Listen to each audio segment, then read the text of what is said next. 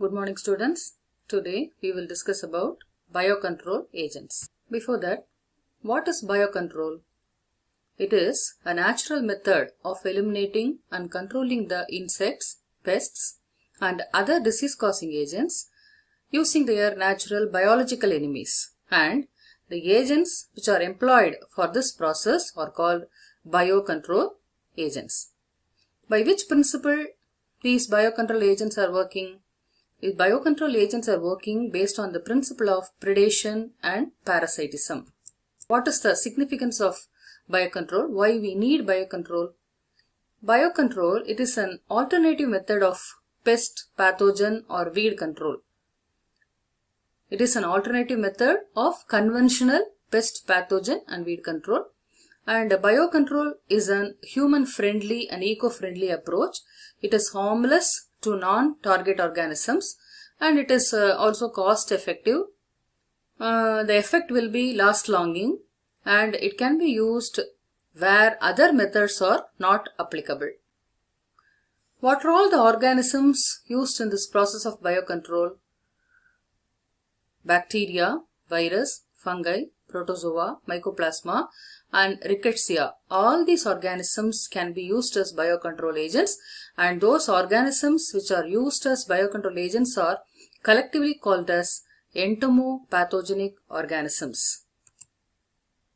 Let us discuss about entomopathogenic bacteria. The bacteria belonging to the families Bacillacea, Pseudomonaceae, Enterobacteriaceae, Streptococcaceae and Micrococcaceae. All these families have the capability to function as biocontrol agent. Among these organisms, Bacillus populae, Bacillus sphaerucosus and particularly the Bacillus thuringiensis is widely used as a biocontrol agent. Regarding Bacillus thuringiensis, it is an aerobic, spore-forming, gram-positive, rod-shaped and soil-dwelling organism. What do you mean by soil-dwelling? It is present in soil. And the entomopathogenic, what do you mean by entomopathogenic? It is toxic to insects. That is what we call as entomopathogenic. The entomopathogenic and insecticidal action of this bacterium was first noted by Ishiwata, a Japanese scientist, in the year 1901. And in 1915, Berliner named it as Bacillus thuringiensis. It was commercialized first in France in the year of 1938. It was registered in the United States in the year 1961. It's also the source of genes used to genetically modify a number of food crops so that they produce a toxin on their own to deter various insect pests. So what is the scientific classification of Bacillus thuringiensis? It belongs to the domain Bacteria, phylum Firmicutes, class Bacilli, order Bacillales, family Bacillacea, genus Bacillus and species Thuringiensis. And it is particularly toxic to insects of orders Lepidoptera, Diptera, Coleoptera and Hymenoptera. It produces a toxin, the bacteria Bacillus thuringiensis, it produces a toxin which is a mixture of endospores and cryproteins. So during sporulation, these Bt cells produce protein inclusions which are present near the endospore.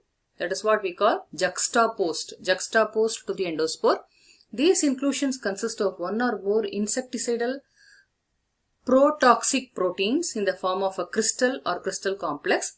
When an insect consumes this protein, upon consumption by the insect, these protoxins are cleaved by proteases which are present in the insect gut, that is the intestine of the insect, to form active toxin.